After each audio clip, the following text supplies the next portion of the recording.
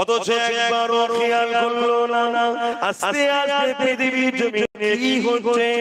বাসনিয়ার দিকে তাকিয়ে দেখো মুসলমানদের হত্যা করা হচ্ছে, তাসনিয়ার দিকে তাকিয়ে দেখো মুসলিম মেয়েদেরকে রেপ করা হচ্ছে।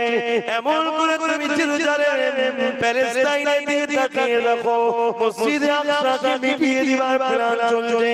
চীনের দিকে তাকিয়ে দেখো কোরআন কোনকে ঘর থেকে বার করে নেওয়া হচ্ছে। কেউ রোজা রাখে তাকে জোর করে তাকে রোজা বাঁধানো হচ্ছে। এই যুবকেরা আজ আমার ভারতবর্ষের দিকে তাকিয়ে দেখো, এই বিশাল গণতান্ত্রিক দেশ ভারতের মতো পৃথিবীতে দ্বিতীয় কোনো দেশ না। এত বড় সুন্দর গণতান্ত্রিক দেশ, হাজার বছর ধরে দেশ হাজার ধর্মের মানুষকে বুকে দিয়েছে। আজকে সেই দেশে দেখো কি হতে লেগেছে, গরিবদের উপরে কত জুলুম অত্যাচার হচ্ছে। এর পাশাপাশি মুসলমানদের মসজিদগুলোকে টার্গেট করা হয়েছে।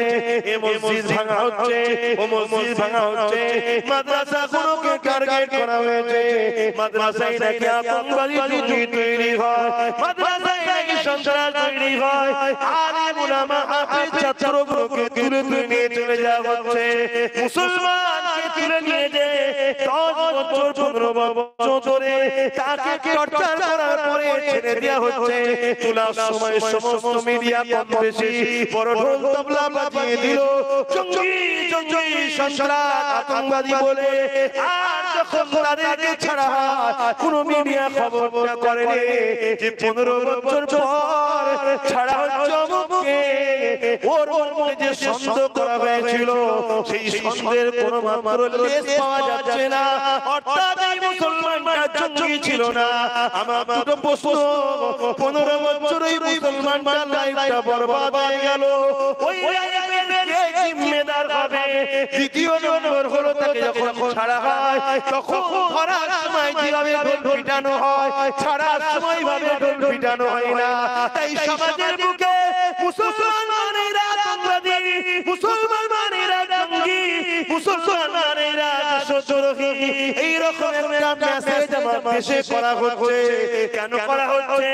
খুব সিরিয়াসে দিন নাই, হাটে বাজারে শহরে অলিতে গলিতে যেমন পাগলা কুকুর থেকে সবাই মারে, মুসলমান দেখলেই মারবে।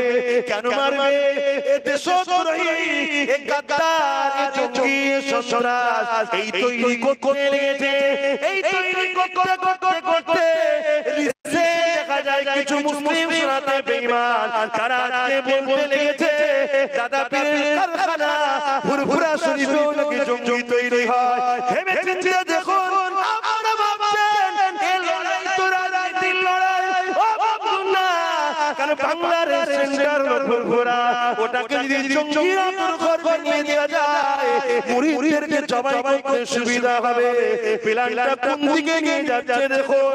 বড় টুকটুক সেই সব কাফেরের সঙ্গে আমার ঘরের কিছু ছেলেকেও দেখা যায়, সকল বেঈমানের সঙ্গে আমার ঘরের কিছু পিসাবকেও দেখা যায়। বলতে আমার লজ্জা লাগছে না, এতে বাংলার মানুষ আমায় ছেড়ে দেয়। আল্লাহর কসম খোদার শুকরিয়া আদায় করব, এই মহান দায়িত্ব থেকে আমি বেঁচে যাব। কেন আসবো বলবো না, কিয়ামতের দিন আল্লাহ আমায় ধরবে। সমাজে একটা প্ল্যান চলছে।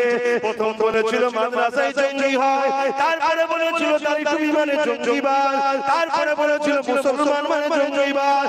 এখন দেখা যাচ্ছে দাদা হুজুরের ঘরে নাকি জঙ্গি ট্রেনিং হয়। ফুরফুরার পীর সাহেব দাদা জঙ্গি ট্রেনিং এর সঙ্গে জড়িয়ে আছে। এ বাংলার মানুষ এখনো তোমরা চুপ, এখনো কেন তোমাদের মুখে কথা নাই? এখনো কেন তোমাদের লড়ার সময় হয়নি? মনে রেখে দিও, এটা তোমাদেরকে মিটাবার প্ল্যান। ফুরফুরার হযরতদেরকে মিটাতে গেলে একবার নয় দুবার নয় 1 লক্ষবার জন্মলেও পারবে না।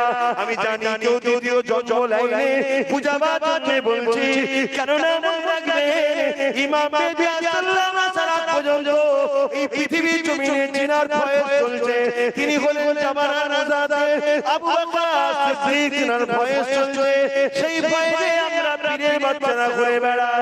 মনে রাখবেন ইমাম মেহদী সাল্লাল্লাহু আলাইহি ওয়াসাল্লাম যখন আসবে তিনি অন্য কোন ঘরে জন্ম নেবে না, উনিও কুরাইশ বংশে জন্ম নেবে, নবীর ঘরের সন্তান হবে, বাপের নাম হবে আব্দুল্লাহ।